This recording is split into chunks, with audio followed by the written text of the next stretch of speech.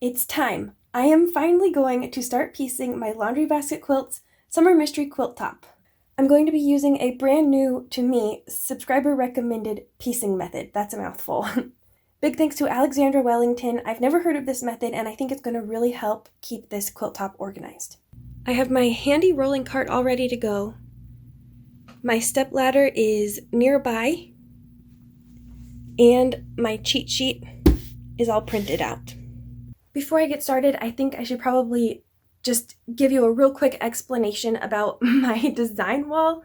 Basically, I tried to DIY it from foam core or foam board or whatever it's called, some batting and some command strips. And this is what I ended up with. It bows pretty significantly, and someday it's just gonna fall right off the wall, I'm sure of it. But for now, it works, and I'm gonna make use of it for as long as I can. All of my blocks are loosely arranged on this rolling cart, and I'm ready to start placing them on my design wall.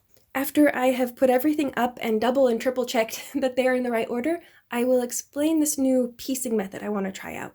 For this first round of sewing, I'm going to start down here in the left-hand corner, and I'm going to match up the first two blocks of each row.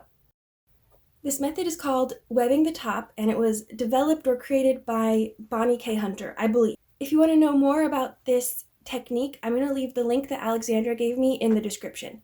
So here I have the first two blocks of each row from 1 down to 9, neatly arranged with the seam edge all in the same place. So I'm going to go ahead and take this to my machine and chain piece it. So I've sewn the first two blocks of row 1, and normally when I'm chain piecing, I would put my next block as close as possible up to the first one, so that I wouldn't have a ton of wasted thread. But in this case, I'm going to give it a little tug like that, because later on I think I'm going to want a little bit of wiggle room. So I'll sew my next couple blocks like normal. And again, at the end of that pair of blocks, I'm going to give it a little tug and do my next pair. So now I have a nice long chain of blocks that are in the perfect order, and instead of cutting them apart at each join like I normally would with chain piecing, I'm just going to add the next block in each row as I go. But this time when I'm getting them in order, I'm going to start from the top and work my way down. So I have this next round of blocks nice and neat in the correct order. I just have to make sure that I keep them oriented in the right way. I don't want to take them to the machine and flip them the wrong way. So I'll take these and my chain over there to the machine. And here it is with the first 3 blocks for each row. It does look messy, but I promise it's working. The only problem I'm having so far is just working with the weight of everything that's hanging down when I'm at my machine. Otherwise, it's working perfectly. And here is 4 blocks across, so I think you probably are getting the picture by now. It's working great, but I'm going to skip ahead a few steps. I finished sewing all of my rows. I haven't cut any of these threads yet, and technically I could just fold them over and sew, fold it over and sew, and do that all the way down, but it's getting pretty unwieldy with all the blocks all connected. So I'm going to go ahead and cut them into groups of 2 rows apiece, and then they'll be much easier to handle at my ironing board and at my sewing machine.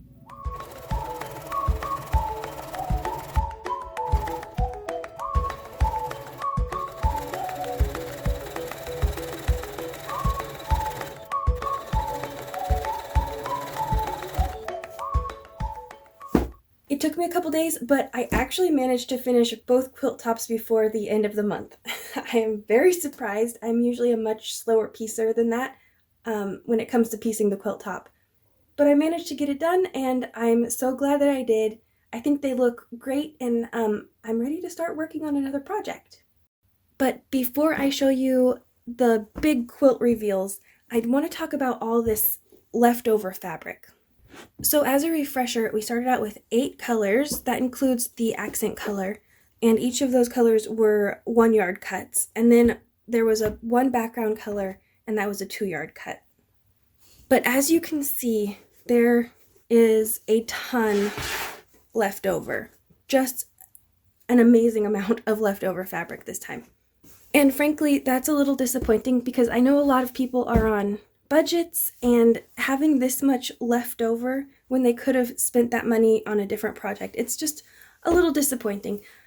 I did just suggest using all of this leftover fabric to make a pieced backing or a scrappy binding, but I won't be doing either of those for a couple of reasons. First, I think the top is already busy enough. I don't want to add more visual interest with the scrappy binding. And second, as far as the backing goes, there are so many bulky seams on the front. I don't want to add more bulk or more seams on the back because I don't want to make it more difficult for myself when I go to quilt the quilt. Plus, I only tend to make pieced backs when I'm fixing mistakes. I don't just do it as a matter of course. For instance, I had to make a pieced back for last year's quilt, and I'll leave a link for that video in the description if you want to see why. So I know several of you out there haven't started the quilt yet because you wanted to see how it turned out. In that case, I think I might be able to help you out by letting you know exactly how much of each fabric I used. For my background color, I used 17 inches, which is less than half a yard, and I have some leftover strips in here too. For fabric number 1, my lightest fabric, I used 10 inches. For fabric number 2, I used 6 inches.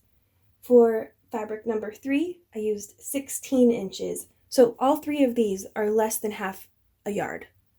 Crazy. Color 4, fabric 4 is the one I used the most of, and that was 23 inches. Fabric 5 is 21 inches.